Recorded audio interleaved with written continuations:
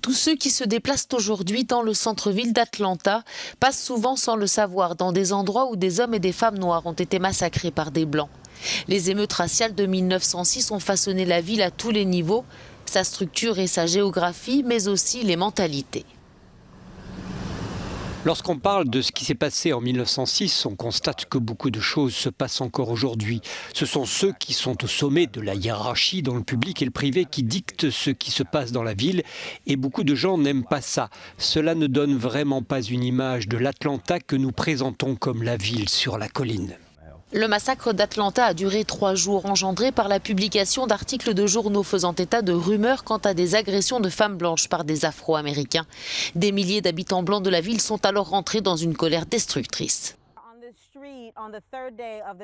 Le 3e jour, c'est dans cette rue qu'une foule blanche qui rassemblait jusqu'à 10 000 personnes a pillé, envahi les maisons et enlevé hommes, femmes et enfants.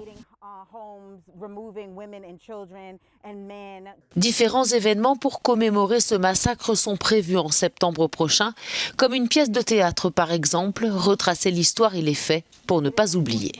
Il est important pour nous d'utiliser le bon langage lorsque nous parlons des vies perdues, que nous nous en souvenons et que nous les honorons. C'était un massacre, des gens ont été tués.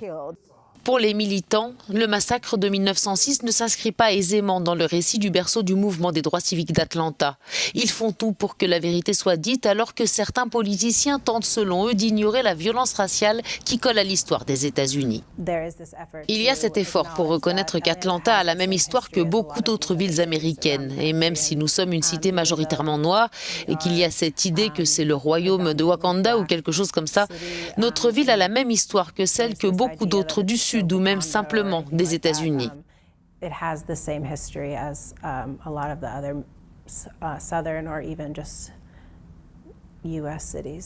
Tout comme l'été rouge de 1919 et le massacre de 1921 à Tulsa en Oklahoma, la violence entre blancs et noirs à Atlanta a brisé les rêves d'une vie en harmonie.